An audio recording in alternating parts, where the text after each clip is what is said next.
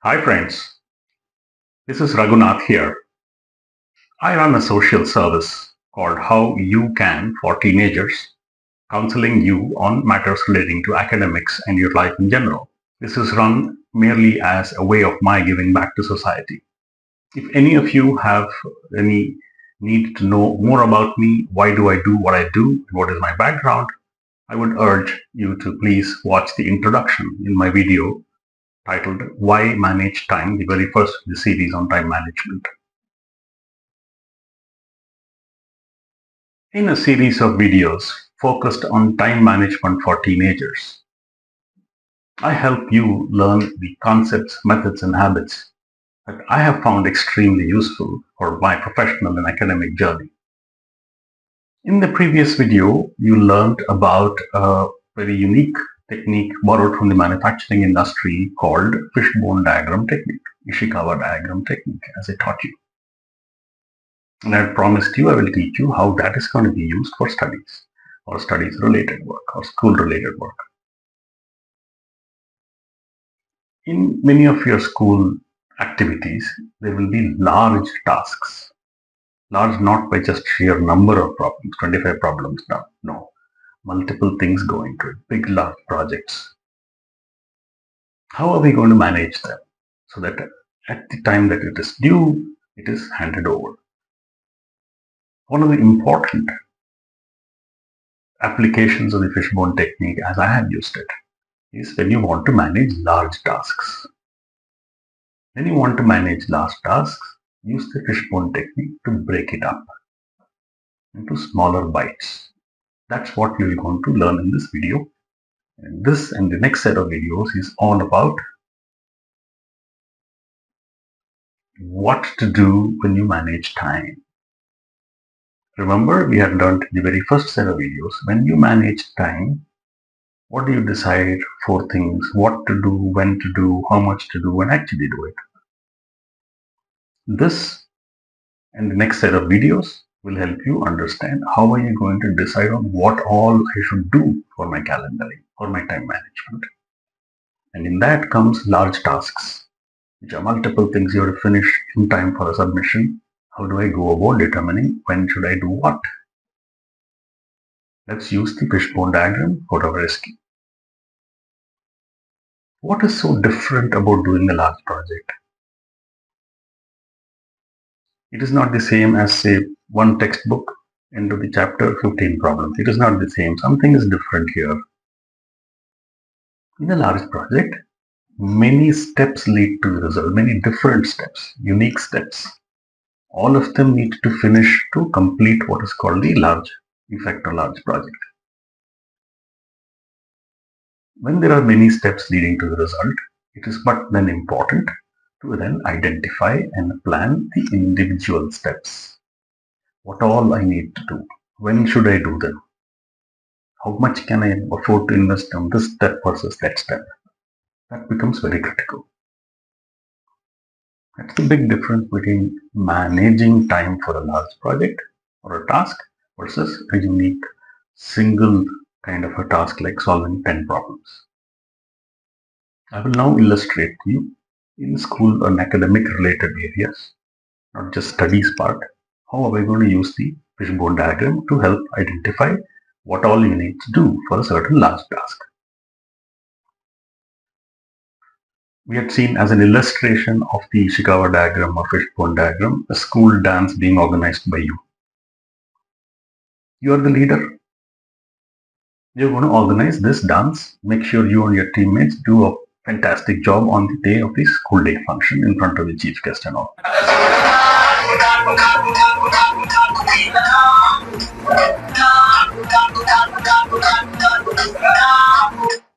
You got to manage this. You are the leader. You got, say, 3 weeks before the school day function is. You need to start work now. What are you going to start with? Which one are you going to do first? Etc. etc. If you're feeling overwhelmed, use the fishbone diagram. And we will see how. You have a certain effect which you want, which is, I want the final performance to go beautiful, spick and span. Everybody does their job fantastically, beautifully choreographed. If that is the final performance I want, 3 weeks from now or whenever the school day function is, that's not going to just happen from the air.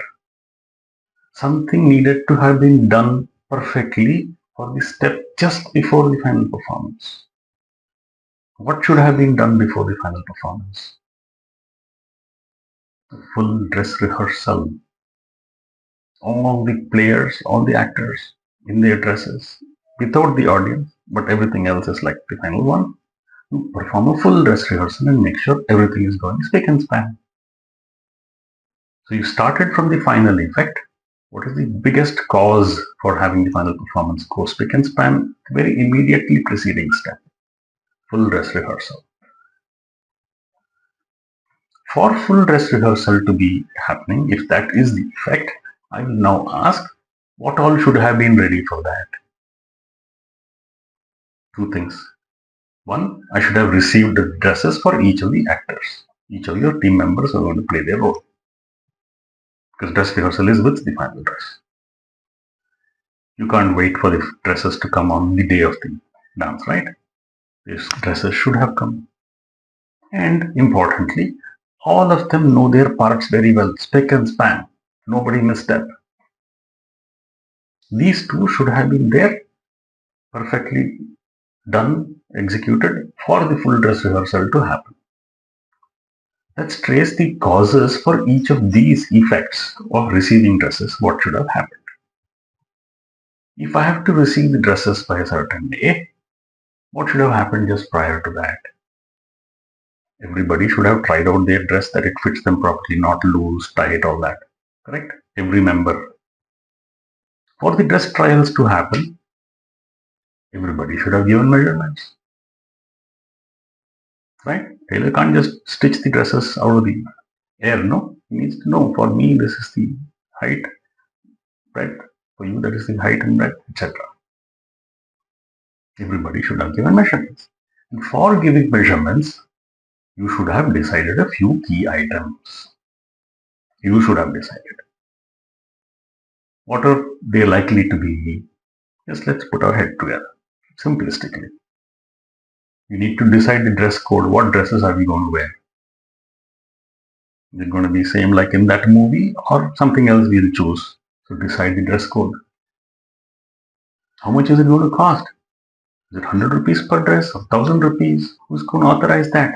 You have to work out the costing.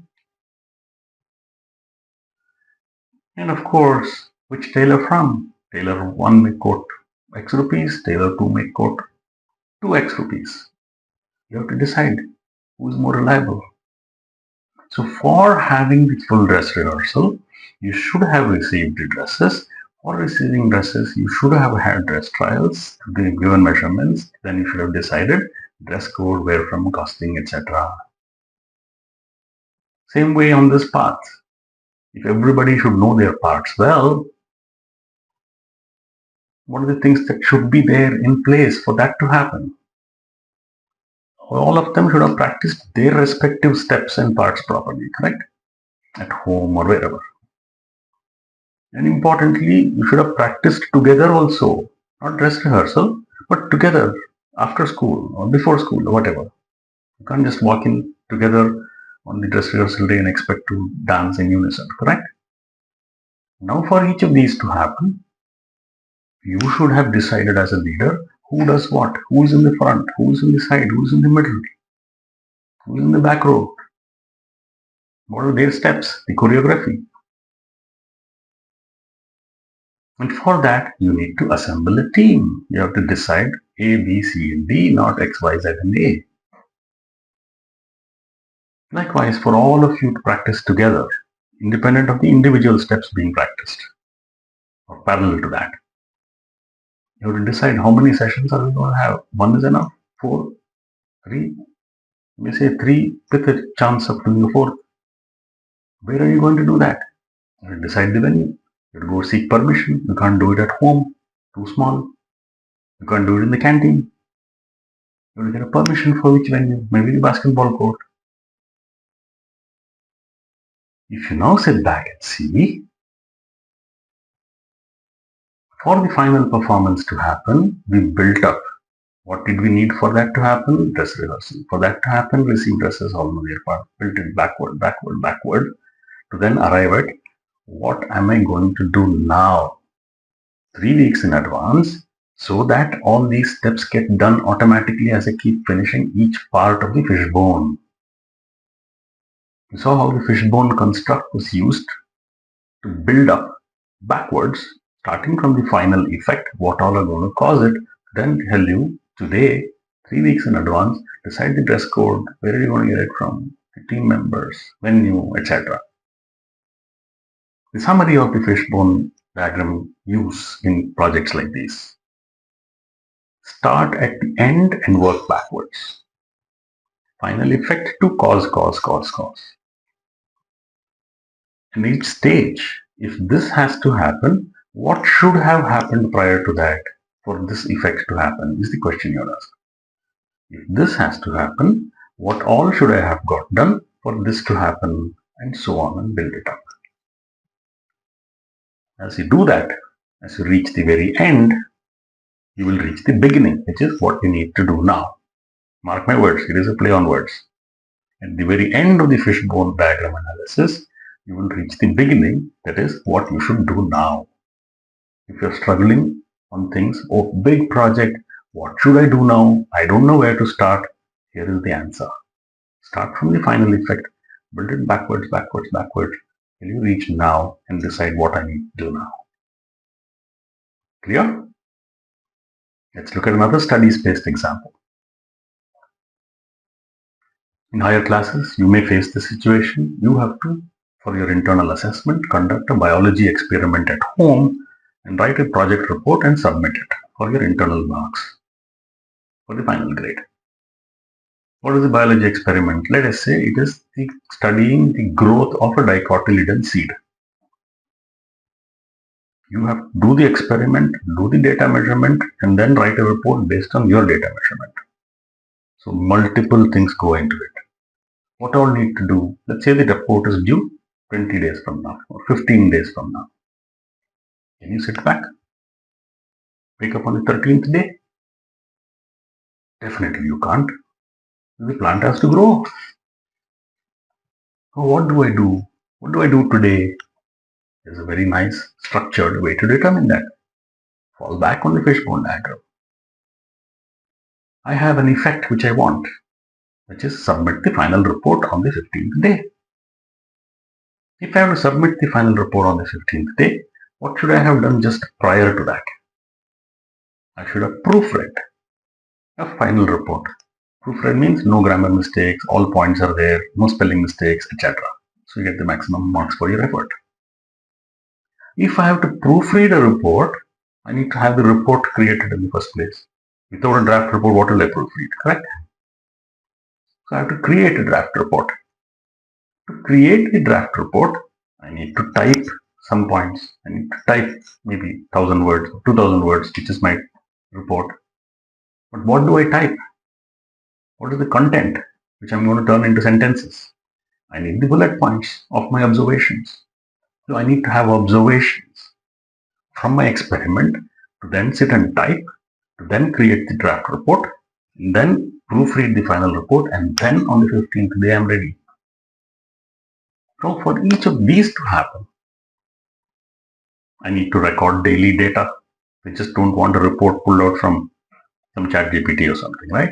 You need to record the data every day.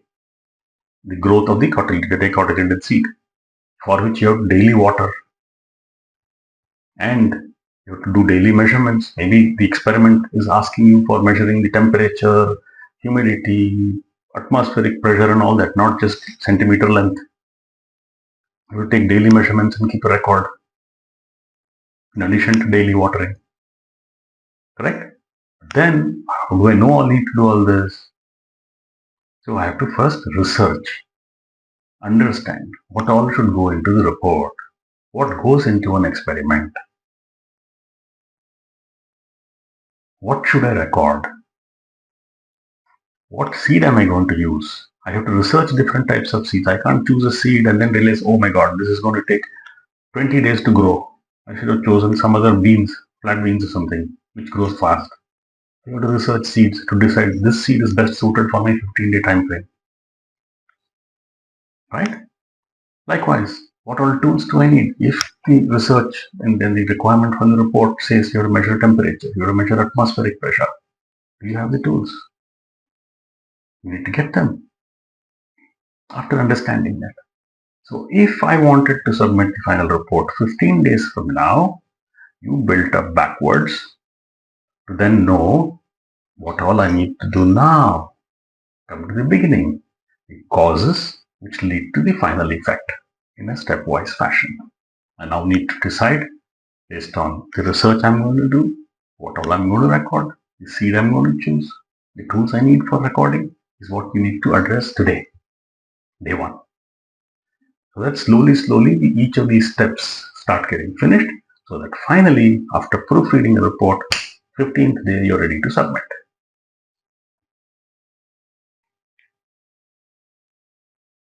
These are all, in a way, if I go back to the very first statement I said, the part of determining what should I do for my time management. And in this video, we understood for a large project, how do I go about determining what should I do today, starting. In the same way, there will be other things, not necessarily large projects. How do I decide what do I do for tomorrow, for day after, and so on. You will learn these on determining what to do in the subsequent videos. This video is usable by any of you, generally speaking. All of you teenagers can use this. But I know each of you is different and unique. You could have your own set of challenges, issues, contexts that need a little deeper understanding before you can apply these in your life. Perhaps. I assure you, I am available to any of you privately to help you understand these better. All you have to do is WhatsApp me on my phone number 98203 45323 or email me. I will ensure I'm available to you to help you learn how you can.